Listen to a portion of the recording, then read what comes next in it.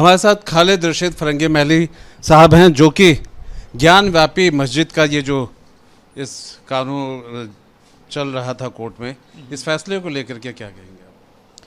नहीं, हम लोग कोर्ट ने जो कुछ भी कहा है उसकी रिस्पेक्ट करते हैं, लेकिन उसी के साथ साथ ये मसला ज़रूर है कि बाबरी मस्जिद केस के सिलसिले में फाइनल जजमेंट में जो कुछ भी ऑनरेबल सुप्रीम कोर्ट ने प्लेसेस ऑफ वर्शिप एक्ट 1991 के सिलसिले में कहा था, उसके बाद ये उम्मीद ज़ाहिर हुई थी कि अब अपने मुल्क में कोई मंदिर मस्जिद का मामला नहीं पैदा होगा, कोई कंट्रोवर्सी नहीं होगी।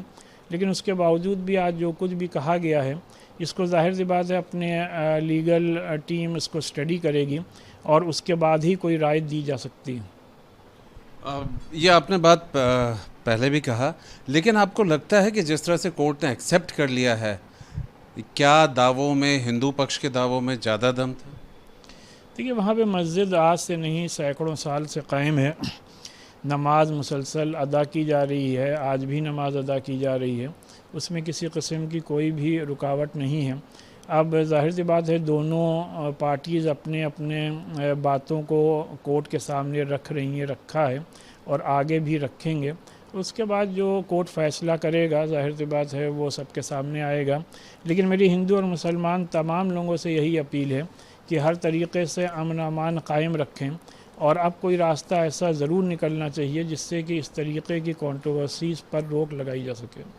ऐसे बहुत सारी जगह हैं जहां थोड़ा विवाद की स्थिति है। क्या कोई कोर्ट और कोर्ट के बाहर का रास्ता नहीं हो सकता है, जहां पे समझौतों की बात हो, जहां पे आपस में बैठ के बात हो?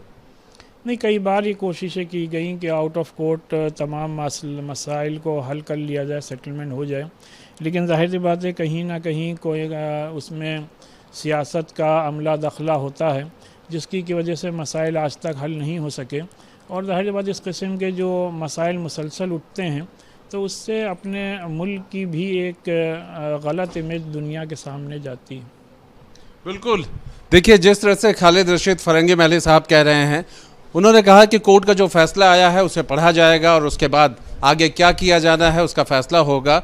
और ख़ास बात यह है कि खालिद रशीद फरंगी महली साहब शिया मुस्लिम पर्सनल लॉ बोर्ड के से भी ताल्लुक़ रख रहे हैं और इस बयान को उस सारे परिप्रेक्ष्य में देखना होगा।